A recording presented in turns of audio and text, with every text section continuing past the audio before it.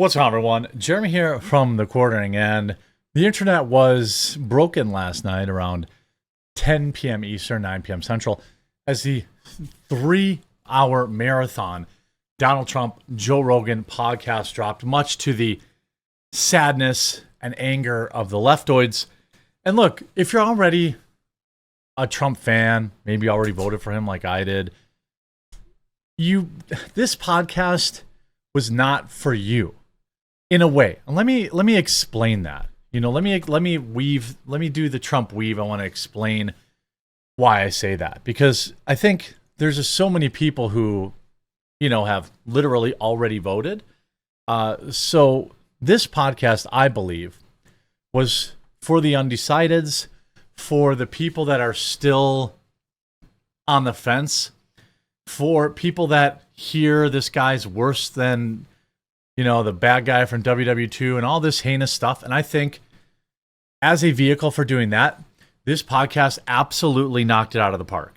Was it the goofball, laughy, funny, jokey Trump Rogan that I wanted to see? No, but it didn't need to be. It's for the suburban mom or dad or middle of the road voter that has heard terrible things about him. And if the goal was to humanize Trump on this podcast, I give it an A+. So let's look at some of the reaction. By the way, this weekend only, site-wide sale on Coffee Brand Coffee, my coffee company. We roast our own stuff, available in whole bean and ground. We've got about 30 different selections. Our fall selections are incredible. Spiked Jack Lantern, apple strudel, peach cinnamon's my favorite. Maple cream is flying off the shelves.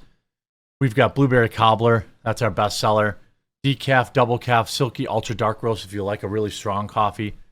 Promo code STAYUP15 all weekend long. And also make sure to check out the brand new and improved thequartering.com, where not only will you find all my videos, but you will find articles to accompany each video, and you will find our membership area, which I hope you join today. We have a members only Discord with more than 1,000 people in there right now. They're doing a Halloween scary movie watch party tonight. They're doing a costume contest, a pumpkin carving contest, and so much more. And in exchange for your $8 per month, you get 3 members only videos every single week, 2 to 3 members only videos every week, only available on The Quartering. You get exclusive discounts, 20% off Coffee Brand Coffee, 15% off Anton's Biltong, special discounts on Meta PCs, special discounts on Cultivated Mind products, special discounts on ammo, hopefully soon. I'm working that through with Phoenix Ammunition. The discounts alone will pay for your membership, so take the plunge, join the community, and I hope to see you in the Discord. Now, a lot of this is, by the way, we added Hannah Claire. She'll be live at 1 Eastern with us on Monday over on Quartercast or Rumble. Opinion: Donald Trump's Joe Rogan interview was a brain-rotted waste of 3 hours. Wow, I wonder how this person's voting. Have you ever been to a bar or restaurant over 2 people who clearly don't have any idea what they're talking about, but they just keep talking about it anyway? Are you saying that Joe Rogan and Donald Trump don't know about UFC and fighting? Of all the things, there's one ridiculous thing they've caught up on. There was a conversation the media glommed onto. There's a conversation where Donald Trump is talking about windmills and whether or not they may be causing whales to beach themselves. It's something that I personally believe they are at least partially responsible for.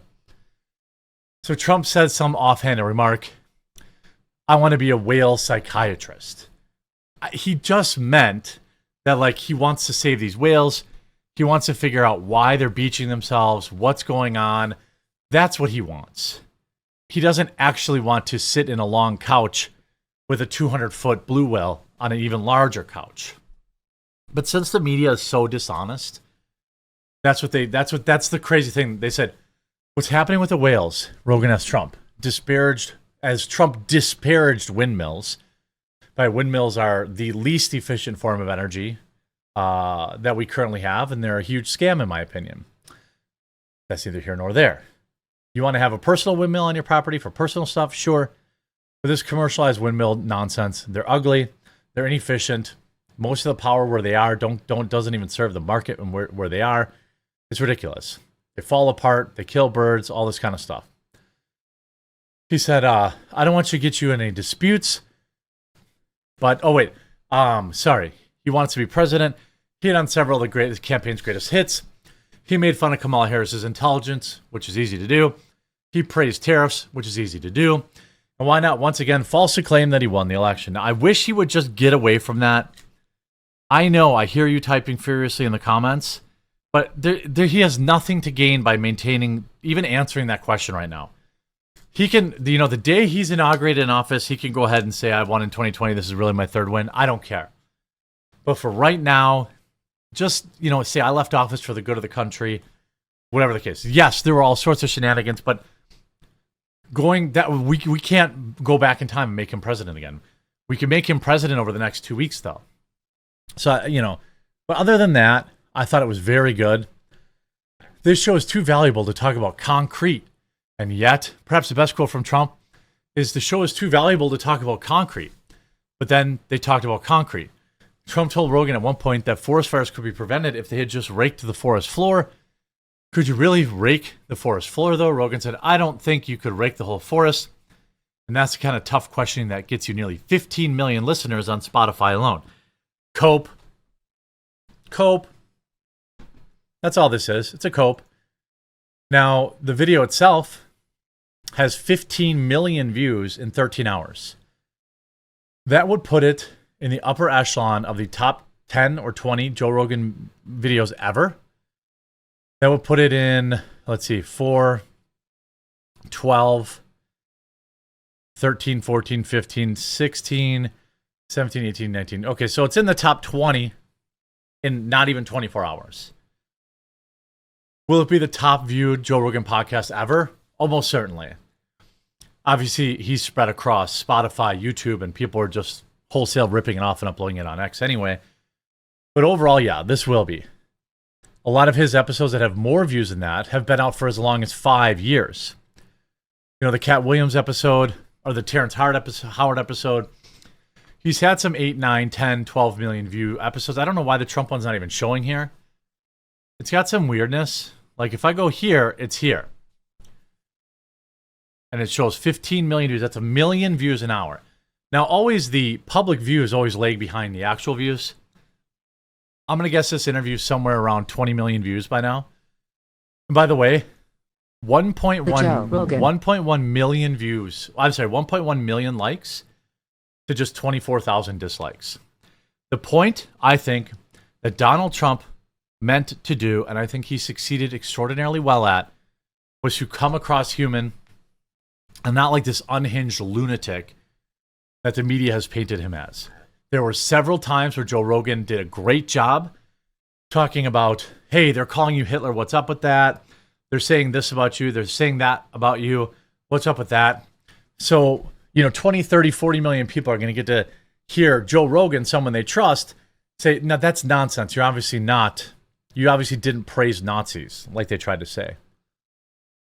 If you look at the comments, overwhelmingly positive. Podcasts are officially more important than traditional media. Unedited, uncensored interviews should be required.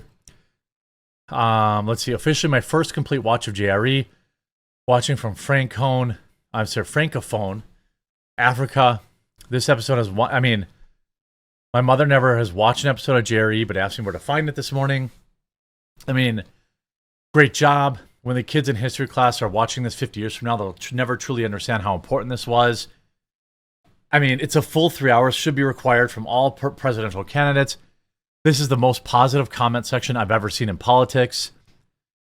What's the media talking about? Oh, Trump called the host of The View stupid. Well, they are stupid, In the 3-hour-long interview, Trump complained that people in the entertainment business loved him before turning on him. Well, that's just a fact. Oprah loved him. The View loved him. All these people loved him. They had him on for The Apprentice. This is not untrue from Politico, by the way. Some of these women, they're so stupid, Trump said, referring to the female host of The View, who he claimed went from praising him publicly to repudiating him. What do you mean claim? They did it. He was on the show when he was hosting The Apprentice. This isn't like the mainstream media cannot be honest for even one word. You can go back and look up these episodes. Whoopi Goldberg loved him. He called her by name, Joy Behar, Whoopi Goldberg, and the new one over there from my administration, referring to former press secretary, Vice President Mike Pence's Elisa Farrah Griffin, who he knew sits on the far right-hand side. Then they talked about aliens, which I thought was cool. They never talked about legalizing it, which I thought was weird. I thought, Trump would definitely talk about that. But other important nuggets that came out in this, if you haven't listened to it, floating getting rid of income tax, debunking almost every major Kamala Harris point about him. And in the morning after, we are in a literal dead heat. In fact, Trump now took the lead in national polls. National. This is popular vote. Emerson tie, New York Siena tie, CNN tie, Wall Street Journal, Trump +3, Tip tie, Rasmussen reports, Harris +1, Forbes, Trump +2. I mean, now nationally, Trump +1 in the aggregate. This day in history, Hillary Clinton led by 5.4 and lost, and Joe Biden led by 7.8 and won a squeaker. If we look at Polymarket, that didn't change too much.